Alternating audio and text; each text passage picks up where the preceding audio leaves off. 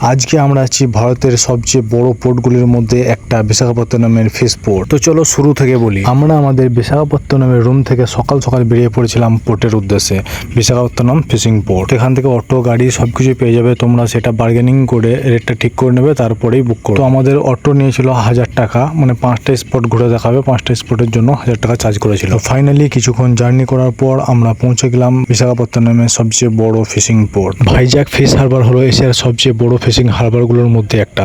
সকাল 4টের সিনটা পুরো সিনেমা একদম। আমি বোন বোনাই ভাগনা ভাগ্নি সবাই মিলে পৌঁছে গেলাম বিশাখাপত্তনমের ফিশিং পোর্টে। এখানে হাজার হাজার মাছ নিলাম হয়। ভোর 4টে বিশাখাপত্তনমে এখানে কোটি টাকার খেলা হয় মাছ দিয়ে। তো চলো সেই পোর্টটাকে ঘুরে দেখাই। তো এখানে এন্ট্রি করার জন্য কোনো চার্জ লাগে না। সকাল সকাল অটো করে চেপে চলে এলাম পোর্টে। চলো পোর্টে মাছ কিভাবে ধরে দেখাচ্ছি। এগুলো করে মাছ ধরতে যাবে,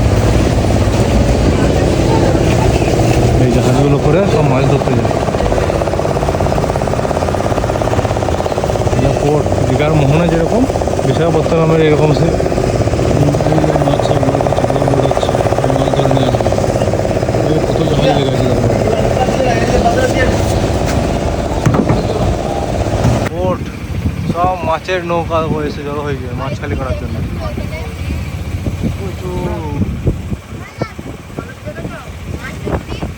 এখানে অকশন হয় সেকেন্ডে। পমফ্রেট, পাওয়ান, টুনা সব দামি মাছ কে নেবে? পাইকারি বায়াররা এখান থেকে সারা ইন্ডিয়াতে সাপ্লাই করে। 10,000 বেশি লোকের রুজি রোজগার চলে এই পোর্ট থেকেই। মেয়েরা মাছ কাটে, পুরুষরা বোট চালায়। আগামীবার ভাইজ্যাক গেলে শুধু বিচ না, ভোর 4টায় এই ফিশ পোর্টও দেখে এসো, জীবন অন্যরকম লাগবে। জাহাজের কাজ হচ্ছে পোর্টেতে, এখন সামনে যাচ্ছি।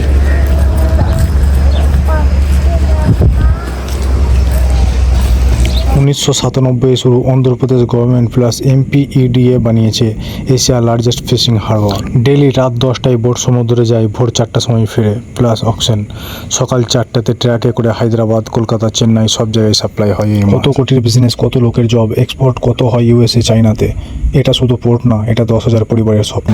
এই ছিল পোর্ট, যেখানে নানা রকম জাহাজ এসে মাছ খালি করে মাছ ধরে নিয়ে এসে দেখিয়ে দিলাম বিশাখাপত্তনমের পোর্ট। তো তোমরা কোন মাছ খেতে ভালোবাসো অবশ্যই কমেন্ট করে জানিও। ভিডিওটি ভালো লাগলে লাইক করো, কমেন্ট করো, শেয়ার করো।